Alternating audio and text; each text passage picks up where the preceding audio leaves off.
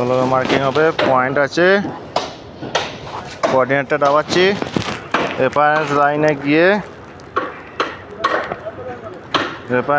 গিয়ে ওকে কন্টিনিউ,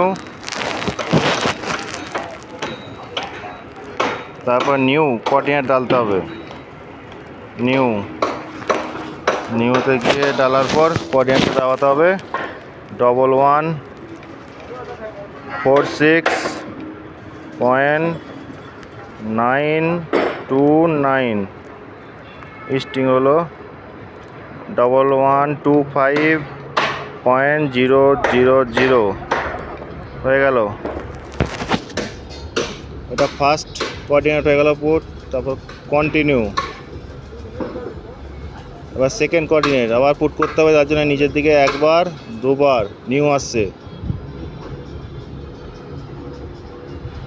নিউতে গিয়ে আমার করতে হবে, দিয়ে কোঅর্ডিনেট পুট করতে হবে। কোঅর্ডিনেটটা করি